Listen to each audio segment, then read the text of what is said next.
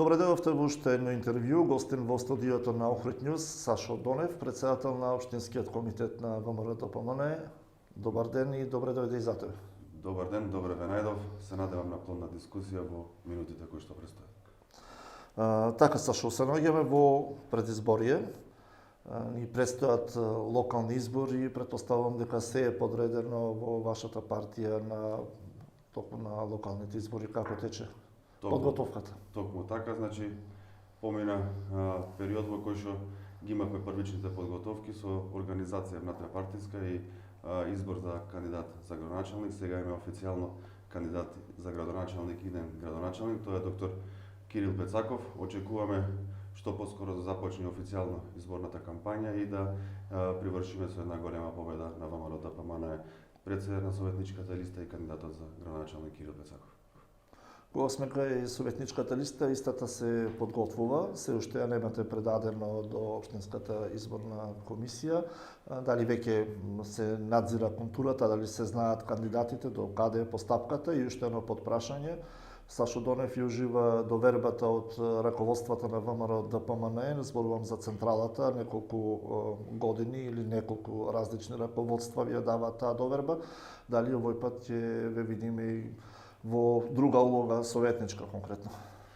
Токму така, значи за прв пат ВМРО-ДПМНЕ како партија опозицијска во моментов, по барање на председателот на ВМРО-ДПМНЕ Христијан Мицкоски и извршниот комитет, односно носењето на одлука на извршниот и централниот комитет, за прв пат имаме еден најдемократски начин за избор на кандидати за советници.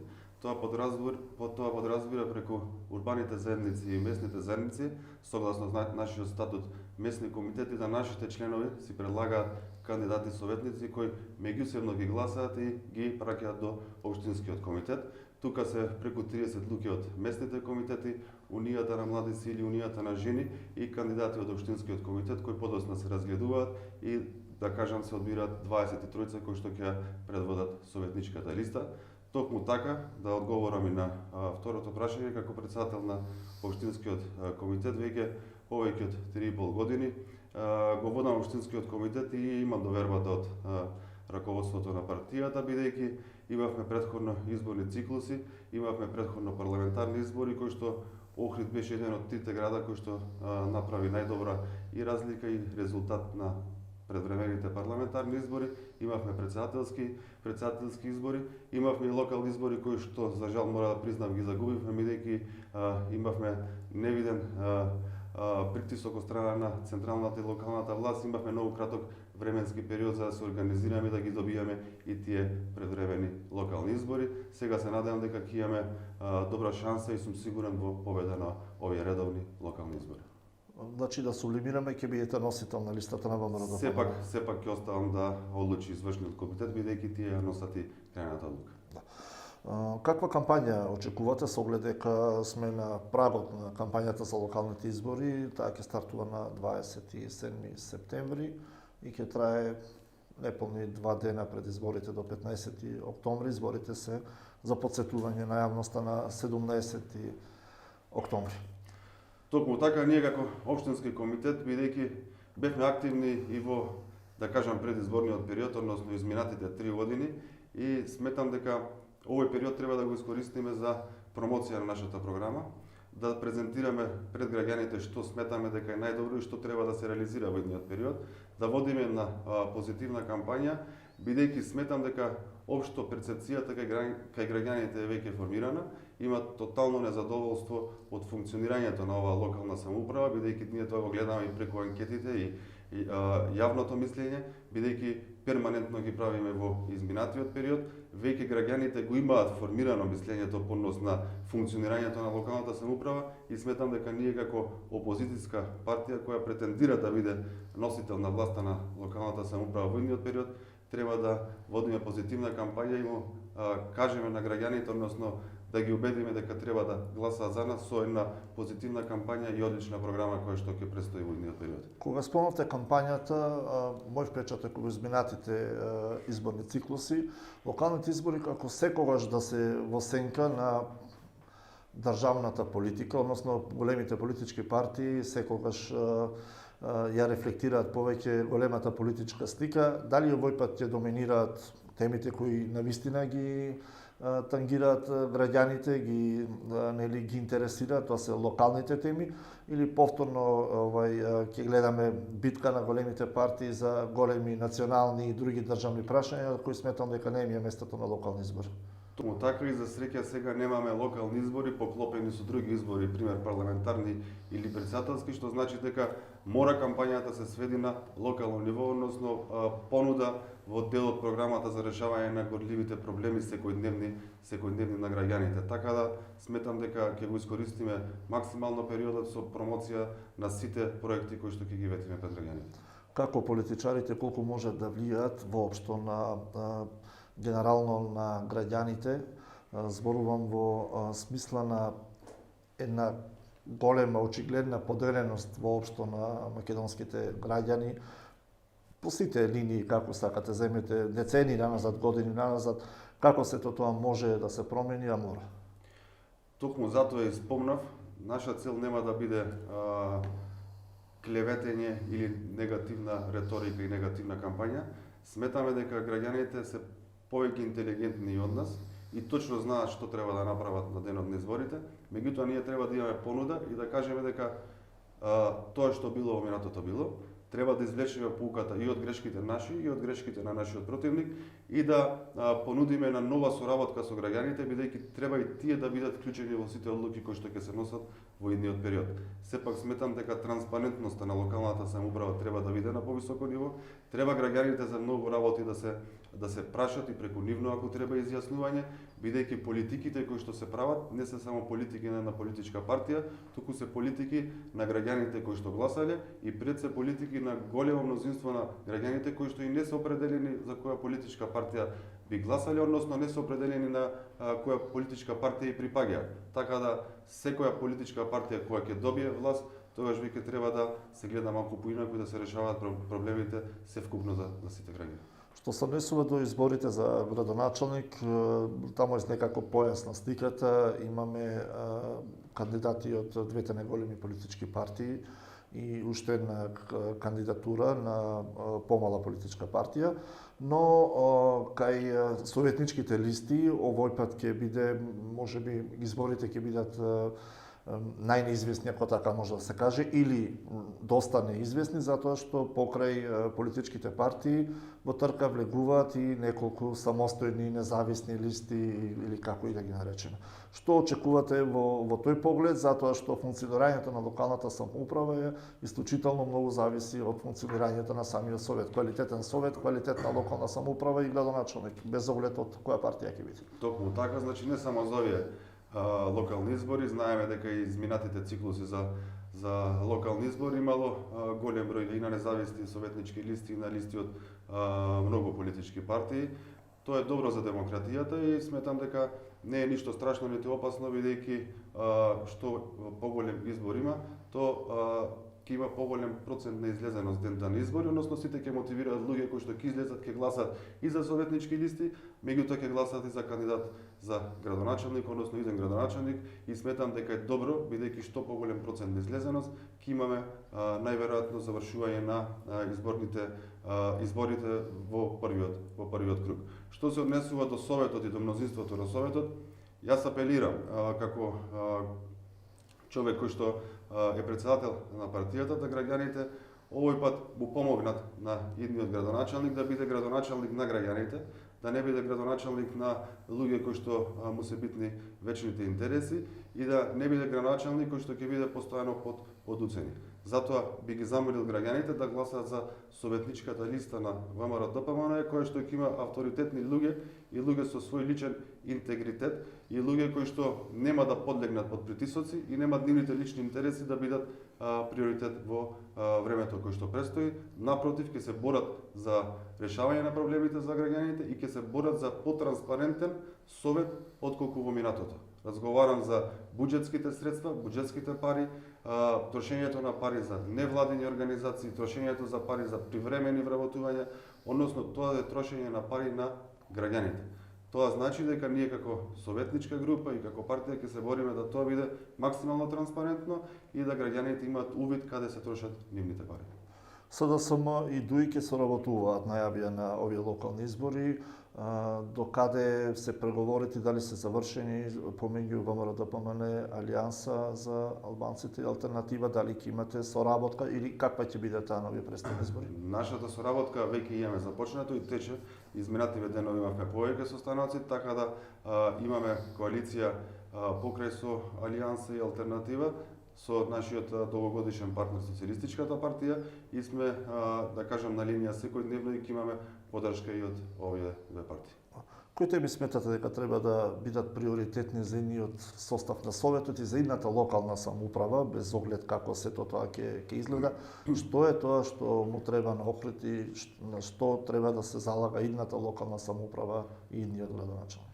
Сметам дека и како партија, меѓутоа и како иден градоначалник, односно нашиот кандидат Кирил Пецаков, дека не треба да ветуваме мегаломански проекти, туку треба да се спуштиме на најниско ниво и да ги видиме кои се реалните проблеми на граѓаните. Бидејќи граѓаните имаат реални проблеми кои што се соочуваат секојдневно, ние можеме да кажеме дека Охрид е ваков или таков град, тоа не можеме да го негираме, меѓутоа е болно кога ќе знаеме дека Охрид има села кои што се уште немаат канализација, има села кои што се уште немаат вода за пиење во летниот период.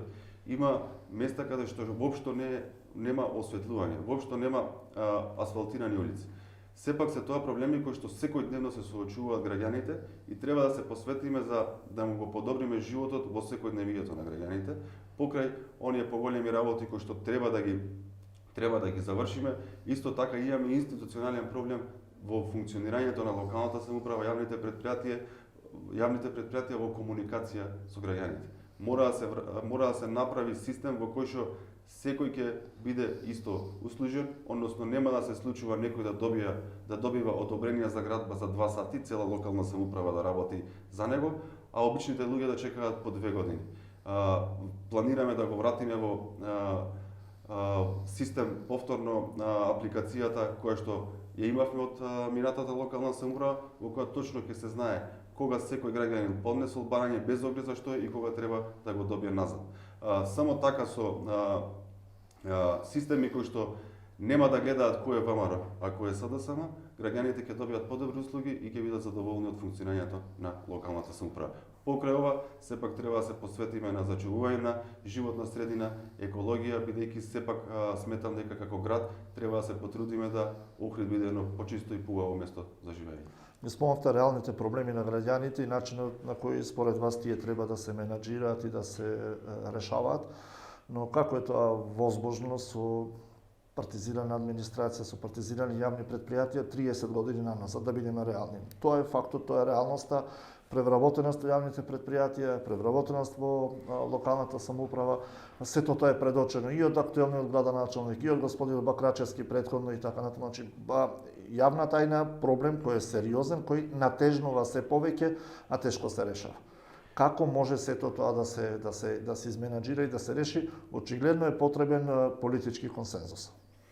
Како и да јас сметам дека сите вработени и во јавните предпријатија и во локалната самоуправа, доколку му се даде можност да работат сите подеднакво, нема да има проблем во функционирањето на локалната самоуправа и не случајно го напоменав претходно електронскиот систем, тој систем не препознава кој вработен во општината е од ВМРО или од СДСМ. Кога предметот ќе стигне кај него, тој треба да го реши во одреден временски период кој што е согласно закон. Ние и сега имаме закони дека секој одобрение за градба или било кое барање треба во одреден временски период администрацијата да одговори. Проблемот е што сега не одговараат, односно проблемот е што сега некои предмети имаат приоритет, а некои предмети немаат приоритет. Се случува да луѓе кои што поднесле пред 5-6 години барање за легализација, се уште да не бидат исконтактирани да знаат до каде му е предметот за легализација.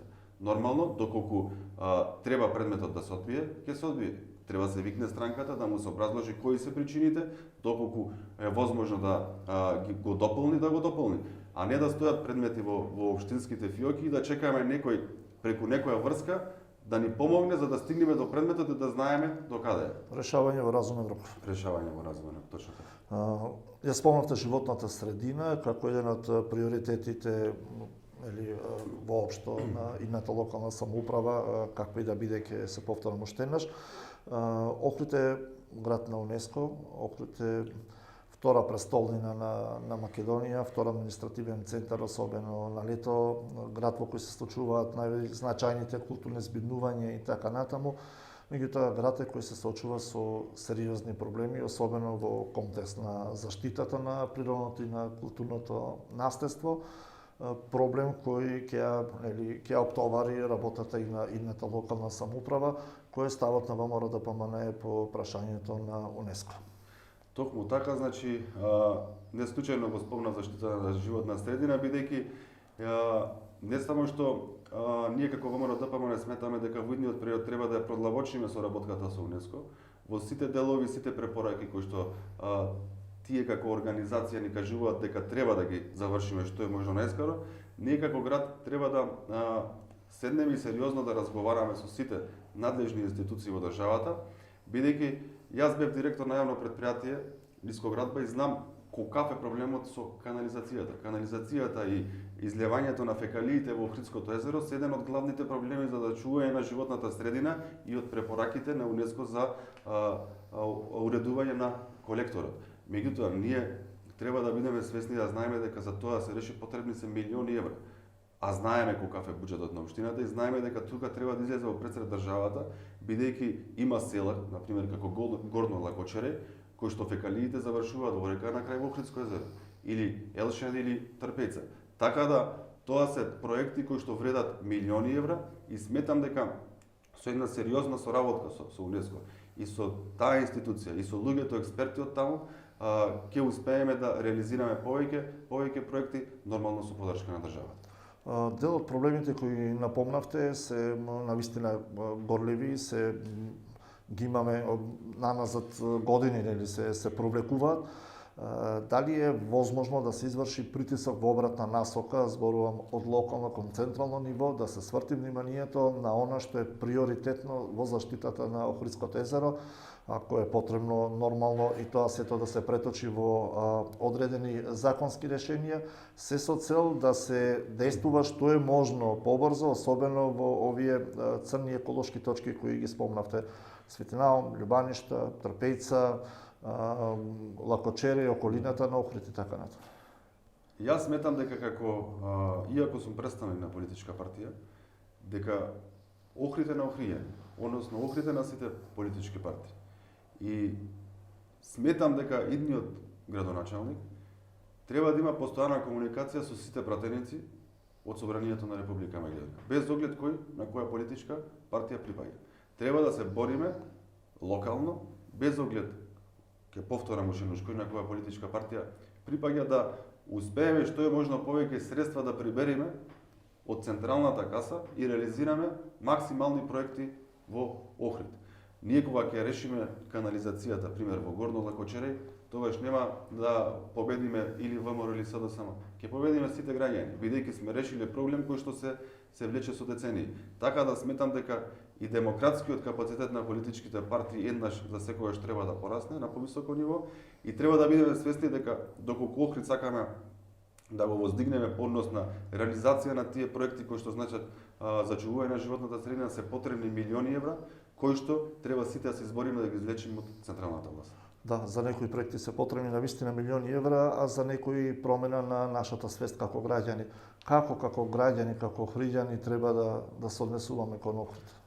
Токму така, значи, и јас како директор на јавното претпријатие Нискоградба во претходниот мандат на ВМРО-ДПМНЕ се соочував со проблеми, односно сите вработени се соочуваа со проблеми со таа негрижа од страна на несовесни граѓани кои што во моментот не внимавале, односно не помислиле дека тоа фрлање на ѓубре може да направи поголем проблем.